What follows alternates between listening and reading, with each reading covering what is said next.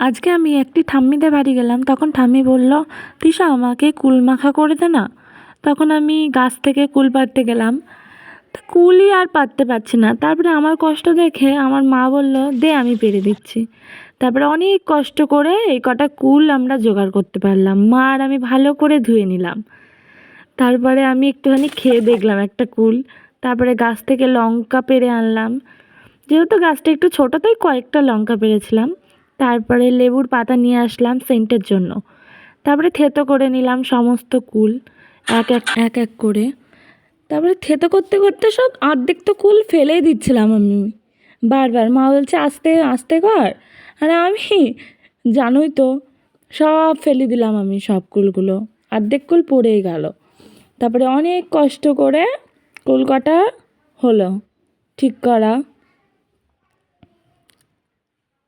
বাবা এখনই ভয়েস দিতে গিয়ে আমার লোভ চলে আসছে যে।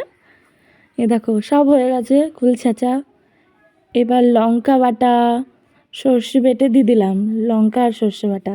তারপরে ওই বাটিটা যেহেতু একটু ছোট ছিল তাই একটু বড় বাটি এনে দিলাম।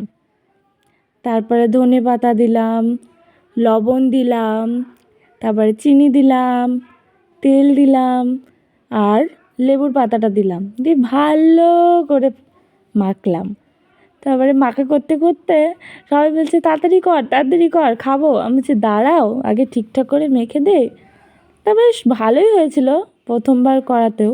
তারপরে খেয়ে দেখলো লঙ্কা হয়নি, দিয়ে আবার লঙ্কা দিলাম বেশি করে। তারপর ঠাকুমা বলছে খুব ভালো হয়েছে খেতে, তাই হ্যাঁ। তারপরে আমার মাও একটু টেস্ট করে নিল। তারপরে আস্তে আস্তে সবাইকেই দিয়ে আসলাম একটু একটু করে।